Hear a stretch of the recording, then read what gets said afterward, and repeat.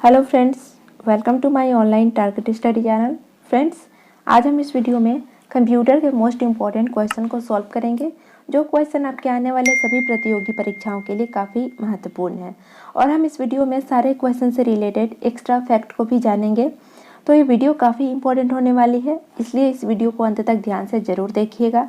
और अगर ये वीडियो आपको अच्छी लगे, हेल्पफुल लगे, तो इस वीडियो को लाइक कीजिएगा और साथ में इस चैनल को सब्सक्राइब भी कर लीजिएगा, जिससे आपको आने वाले नए नए वीडियोस की नोटिफिकेशन टाइम टू टाइम मिलती रहे। तो चलिए शुरू करते हैं आज के हमारे फर्स्ट क्वेश्चन से। तो आज का हमारा पहला क्वेश्चन है, निम्न में से CAD का पूरा रूप क्या है? इसका सही आंसर हो जाएगा option D, computer aided design. तो CAD का पूर्ण रूप होता है कंप्यूटर एडेड डिज़ाइन। इसके बारे में जान लेते हैं। तो कंप्यूटर एडेड डिज़ाइन में कंप्यूटर प्रोग्राम का प्रयोग 2 या 3 आयामी भौतिक वस्तु के ग्राफिकल प्रतिनिधित्व को बनाने के लिए किया जाता है, और CAD सॉफ्टवेयर का प्रयोग विशेष एप्लीकेशन के लिए किया जाता है।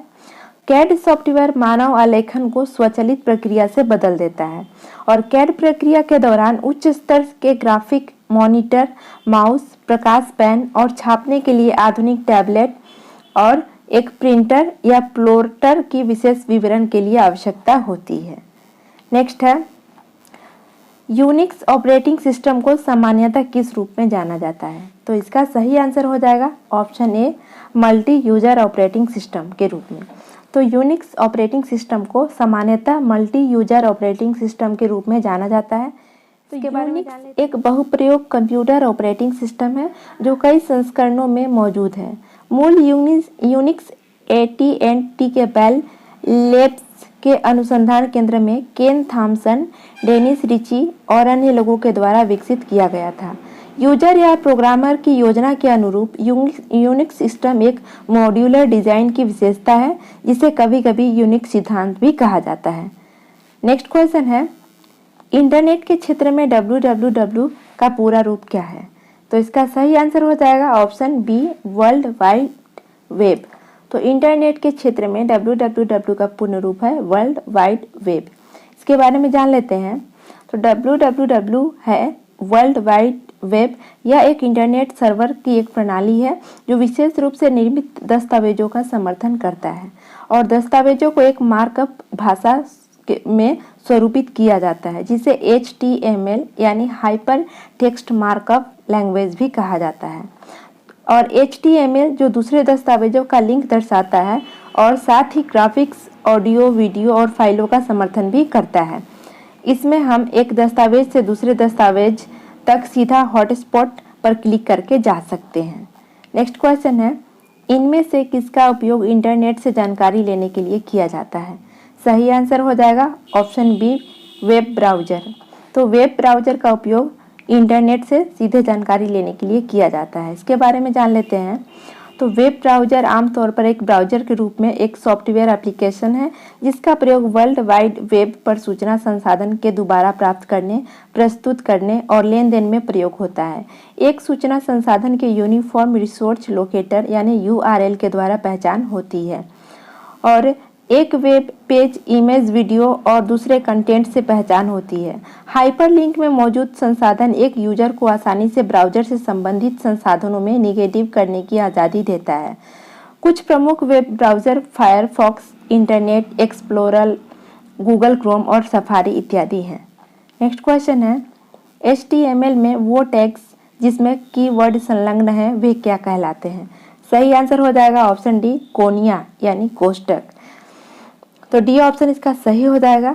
तो HTML में टैग्स कोनिया कोष्ठक है, जो कि वेब पेज कंटेंट के साथ होते हैं। नेक्स्ट है, किसी निजी कंप्यूटर से उत्पन्न कचरे को क्या कहा जाता है? तो सही आंसर हो जाएगा ऑप्शन सी, ई कचरा। तो किसी निजी कंप्यूटर से उत्पन्न कचरे को ई कचरा कहा जाता है। इसके बारे में जान लेते हैं। ई कचरा एक ऐसा शब्द है जो लगभग सभी प्रकार के विद्युत और इलेक्ट्रॉनिक्स कचरे को कवर करता है, और व्यक्तिगत कंप्यूटर सहित जो कि कचरा धारा में प्रवेश कर सकते हैं। नेक्स्ट है, DAV का पूर्ण रूप क्या है? सही आंसर हो जाएगा option C, digital video disc. तो DAV का पूर्ण रूप होता है डिजिटल वीडियो डिस्क। इसके बारे में जान लेते हैं।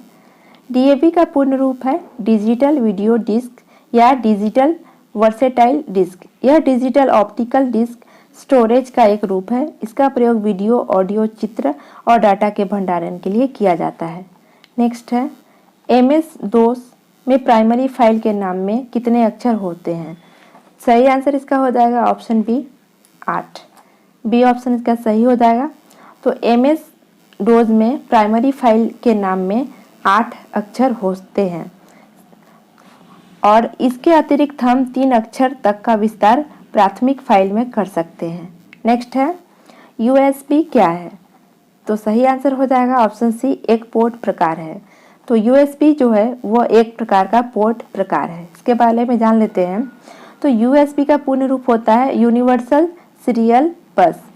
इसे कंप्यूटर पेरिफेरल जिससे कि कीबोर्ड, संकेत यंत्र, digital camera, printer, portable media printer, disk drive और नेटवर्क अडेप्टर कहते हैं। इसे व्यक्तिगत कंप्यूटर के मानकीकरण के लिए डिज़ाइन किया गया है जिससे दोनों में संवाद बना रहे और ऊर्जा की आपूर्ति भी बनी रहे। नेक्स्ट है दूसरी पीढ़ी के कंप्यूटर की अवधि क्या थी? तो सही आंसर हो जाएगा ऑप्शन सी 1959 से 1964 ईस्वी तक। तो दूसरी पीढ़ी के कंप्यूटर की जो अवधि थी वो थी 1959 ईस्वी से 1964 ईस्वी तक। इसके बारे में जान लेते हैं। तो पहली पीढ़ी के कंप्यूटर की अवधि 1946 से 1958 थी। इस अवधि में वैक्यूम ट्यूबों का इस्तेमाल किया गया था। ट्रांजिस्टर के आविष्कार के बाद आकार और क्षमता को अधिक सुविधाजनक बना दिया गया था और इसे 1959 से 1964 में दूसरी पीढ़ी के कंप्यूटर के रूप में पेश किया गया था। नेक्स्ट है कंप्यूटर में रैम का पूर्ण विस्तार क्या है? सही आंसर हो जाएगा option C random access memory. तो कंप्यूटर में रैम का पूर्ण विस्तार है रैंडम एक्सेस मेमोरी। इसके बारे में जान लेते हैं। तो रैम का पूर्ण रूप रैंडम एक्सेस मेमोरी है जो डेटा को बहुत तेजी से एक्सेस करता है। जब हम सिस्टम बंद कर देते हैं तो डेटा गुम हो जाता है, जबकि रोम यानी रीड ओनली मेमोरी के साथ ऐसा नहीं होता है। इसमें सिस्टम बंद होने के बाद भी डाटा सुरक्षित रहता है। नेक्स्ट है कंप्यूटर में आईसी का पूर्ण विस्तार क्या है? सही आंसर हो जाएगा ऑप्शन सी इंटीग्रेटेड सर्किट। तो कंप्यूटर में आईसी का पूर्ण रूप होता है इंटीग्रेटेड सर्किट। सी ऑप्शन इसका सही हो जाएगा। तो कंप्यूटर में आईसी का पूर्ण रूप इंटीग्रेटेड सर्किट है जो आमतौर पर सिलिकॉन या जर्मेनियम से बना होता है और एक छोटा फेवर है। इसको कंप्यूटर के आकार को कम और साथ ही कंप्यूटर की ट्रांसफर स्पीड बढ़ाने के लिए श्रेय दिया जाता है। नेक्स्ट क्वेश्चन है वर्ल्ड वाइड वेब की अवधारणा को किसने विकसित किया था? सही आंसर हो जाएगा ऑप्शन ए टिम बर्नर्स-ली ने। तो वर्ल्ड वाइड वेब की अवधारणा को टिम बर्नर्स-ली ने विकसित किया था। इसके बारे में जान लेते हैं। तो 1989 में टिम बर्नर्स-ली जो CERN में एक कंप्यूटर वैज्ञानिक थे, इन्होंने हाइपर टेक्स्ट सिस्टम की अवधारणा का इस्तेमाल किया था और आखिर में इंटरलिंक्ड हाइपर टेक्स्ट दस्तावेज की प्रणाली का विचार दिया जिससे वर्ल्ड वाइड वेब यानी WWW कहा जाता है। नेक्स्ट है पहली कंप्यूटर भाषा कौन सी विकसित हुई थी? सही आंसर इसका हो जाएगा ऑप्शन सी फोर्ट्रान। तो पहली कंप्यूटर भाषा फोर्ट्रान थी। सी ऑप्शन सही हो जाएगा। तो फोर्ट्रान फार्मूला ट्रांसलेशन ये 1954 में IBM के लिए जॉन बेकस द्वारा आविष्कार की गई पहली उच्च स्तरीय प्रोग्रामिंग भाषा थी। फोर्ट्रान आज भी वैज्ञानिक और गणितीय एप्लीकेशन की प्रोग्रामिंग के लिए उपयोग किया जाता है। नेक्स्ट है निम्नलिखित में सर्किट में से किसको कंप्यूटर में मेमोरी डिवाइस के रूप में जाना जाता है? सही आंसर इसका हो जाएगा ऑप्शन बी फ्लिप फ्लॉप को। तो फ्लिप फ्लॉप को सर्किट में कंप्यूटर में मेमोरी डिवाइस के रूप में जाना जाता है। इसके बारे में जान लेते हैं। तो फ्लिप फ्लॉप का प्रयोग स्टोरेज या मेमोरी डिवाइस के लिए किया जाता है। फ्लिप फ्लॉप या लैच एक सर्किट है जिसमें दो स्थित स्टेट है। सर्किट की स्टेट 1 अधिक नियंत्रण इनपुट पर लागू संकेत द्वारा परिवर्तन हो सकती है। नेक्स्ट है माइक्रोसॉफ्ट पावर पॉइंट एक सॉफ्टवेयर है जिसका प्रयोग किसको बनाने में किया जाता है? तो इसका सही आंसर हो जाएगा ऑप्शन डी मल्टीमीडिया प्रेजेंटेशन। तो माइक्रोसॉफ्ट पावर पॉइंट एक सॉफ्टवेयर है जिसका प्रयोग मल्टीमीडिया प्रेजेंटेशन को बनाने के लिए किया जाता है। डी ऑप्शन इसका सही हो जाएगा। तो MS पावर पॉइंट का इस्तेमाल डिज़ाइन, एडिट, मल्टीमीडिया प्रेजेंटेशन को बनाने के लिए किया जाता है, जो स्लाइड्स में आता है और प्रेजेंटेशन की क्वालिटी और प्रभावशीलता बढ़ाने के लिए ग्राफिक्स, एनिमेशन, ध्वनि इत्यादि जैसी सुविधाओं का उपयोग कर सकता है। नेक्स्ट है, वह कौन सा इलेक्ट्रॉनिक उपकरण है जो मिनी फाइल में निर्देशों से आवाज़ पैदा करता है? तो सही आंसर हो जाएगा सिंथेसाइजर। ए ऑप्शन इसका सही हो जाएगा। तो सिंथेसाइजर वह इलेक्ट्रॉनिक उपकरण है जो मिनी फाइल में निर्देशों से आवाज़ को पैदा करता है। इसके बारे में जान लेते हैं। तो एक सिंथेसाइजर इलेक्ट्रिक सिग्नल जनरेट करता है जो स्पीकर और हेडफोन जैसे हार्डवेयर के माध्यम से ध्वनि में परिवर्तित होता है। यह एक इलेक्ट्रॉनिक उपकरण है जो संकेतों की विस्तृत श्रृंखला तैयार करने में सक्षम है।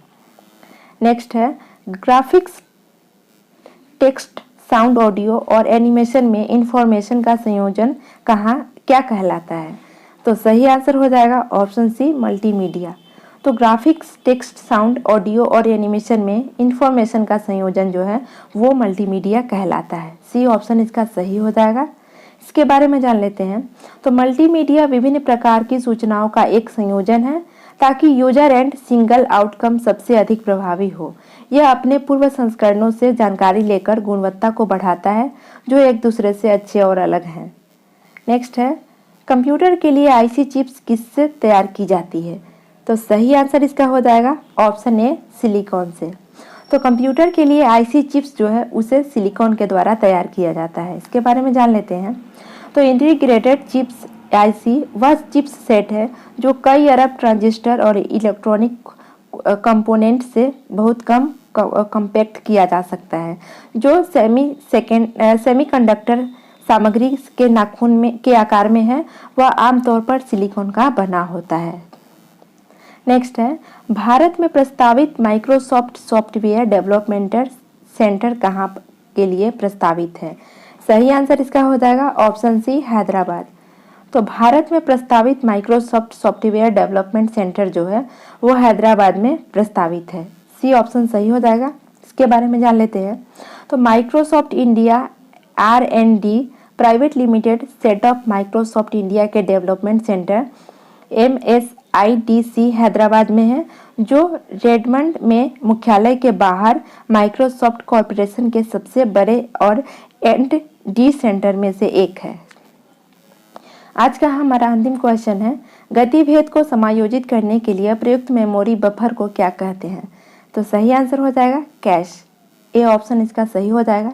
तो गतिभेद को समायोजित करने के लिए प्रयुक्त मेमोरी बफर को कैश कहा जाता है। इसके बारे में जान लेते हैं।